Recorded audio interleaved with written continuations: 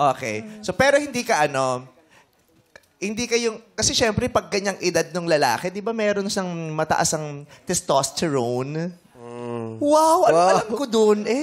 Si Charles ba yan? Di ba pag nagbibinata ka, di ba? Yung, so, wala. Hindi mo nahiligan yung pagporma sa mga girls, yung labas-labas. Di na po kasi nababarkada na din po kasi. Ano no?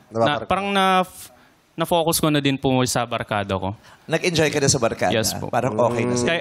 Tsaka, ang hirap pong mag-jowa kung wala kang hindi ka financially stable. Ang tama. Ang ganda niyang sinabi mo. Pag si jowa ng jowa, buntis ng buntis, asawa ng asawa, hindi naman financially. Tama, ang ganda. Practical din. Isip mo, saan galing yung mga ganyang paano mo? Siyempre po, sa family naman po namin, di naman po kami ganun ka... Para kayo ng pestro pa. Kasi nga, sisters school ko. Sister din! Sister din! Hoy! Hoy! Kamusta? Okay.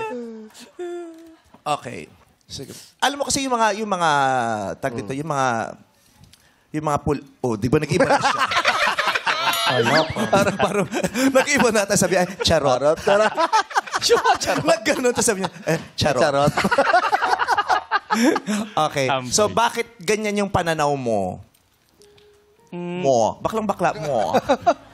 Siyempre po, mas iwasan ko muna yung mga tukso na ganyan.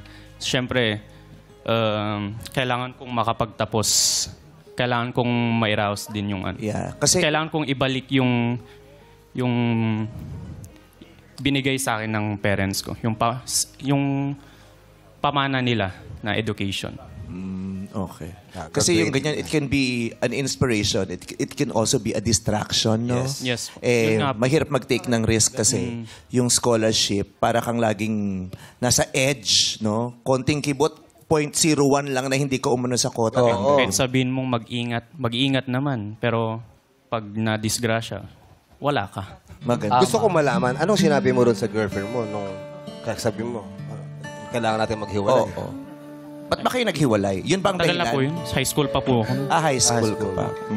Anya naga ni girlfriend mo? Kita nga ex. Pass is pass. Paano din? Halimbawa, Awaling pipiling. Pamula daddy, meme. Napintas ni girlfriend mo? Dami tsuran naman. halimbawa din, may dumating na ikaw ang Kailangan liligawan. Ilocano. Pag tinag-Ilocano, hindi pwede sumali. Ilocano to. Ano? Ilocano. Kailangan Ilocano. Kayo na mag-usap. Basta hilo. Ano yung tatanong mo? Hindi, kung sakasakali merong manligaw sa iyong babae, talagang type na type ka, pinupuntahan ka sa bahay, siya laging gagastos pag lalabas kayo. Actually, madami na pong nirereto sa akin. Madaming lumalapit. Pogi mo. Di naman sa Nirereto. Magaling ka, pero talino, pero mayabang ka. Apakayabang mo, humiga ka.